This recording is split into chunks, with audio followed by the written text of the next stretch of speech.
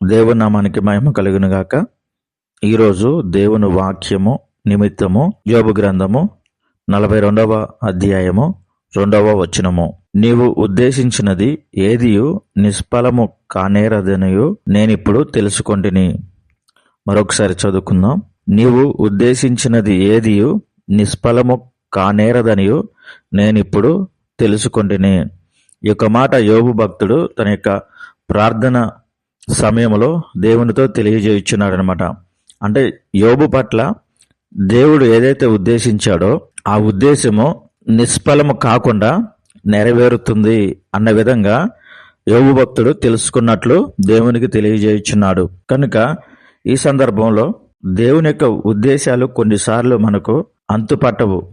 నేను ఇటువంటి పరిస్థితుల ద్వారా ఎందుకు వెళ్తున్నాను అనే ప్రశ్నకు దేవుని నిశ్శబ్దమే సమాధానంగా ఉంటుంది. ఆ నిశ్శబ్దం భరించడం కూడా చాలా కష్టంగా ఉంటుంది. మనకి జీవితము ఎటువైపు పయనిస్తుందో అసలు అర్థం కాదు, అంత అగమ్య గోచరంగా ఉంటుంది. ఇటువంటి పరిస్థితులనే యోబు ఎదుర్కొన్నాడు. తన శరీరంకు వచ్చిన రోగముతో భరించలేనంతగా బాధపడ్డాడు. అలాగే మనము వెళ్ళే పరిస్థితుల్లో దేవుని ఉద్దేశాలు వెంటనే మనకు అర్థం కాకపోయినా అవి నిష్ఫలము కావని అర్థం చేసుకుని ముందుకు వెళ్ళడం ఎంతో ఉత్తమం అని ఈ యొక్క లేఖనం ద్వారా మనము తెలుసుకోవాల్సిన విషయము.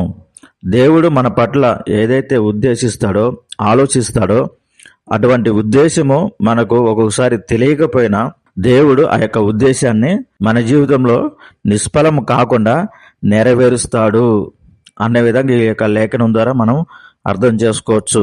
కనుక ప్రియమైన దేవుని వారు జ్ఞాపకం చేసుకునండి, దేవుని యొక్క ఉద్దేశాలే మనకు మార్గదర్శకాలుగా మనము చూడాలన్నమాట.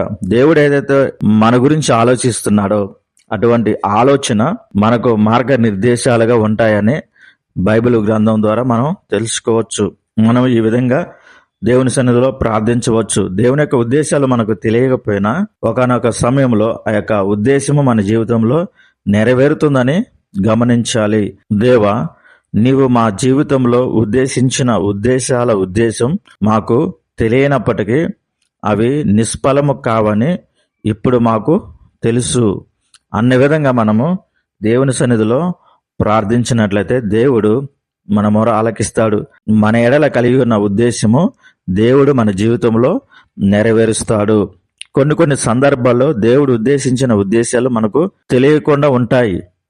అటువంటి సందర్భాల్లో దేవుడు నన్ను చూడట్లేదు, నా పైన దృష్టి లేదు దేవునికి అన్న విధంగా మనము దేవుడు ఏది చేసినా నా మంచిగా చేస్తాడు అని ముందుకు వెళ్తూ ఉంటే దేవుని యొక్క ఉద్దేశము త్వరితంగా మన యొక్క జీవితంలో నెరవేర్చడానికి దేవుడు సిద్ధంగా ఉంటాడు. కనుక ప్రియమైన దేవుని వారు జ్ఞాపకం చేసుకునండి. ఈ యొక్క మాటను బట్టి మనము అర్థం చేసుకోవాల్సిన విషయం ఏంటంటే, యోబు యొక్క భక్తుని యొక్క జీవితం ద్వారా మనం నేర్చుకోవాల్సిన విషయము ఏమిటంటే, దేవుడు ఉద్దేశించిన ఉద్దేశము ఎప్పుడూ కూడా నిష్ఫలము కానే కాదు అని మనం తెలుసుకోవాలి.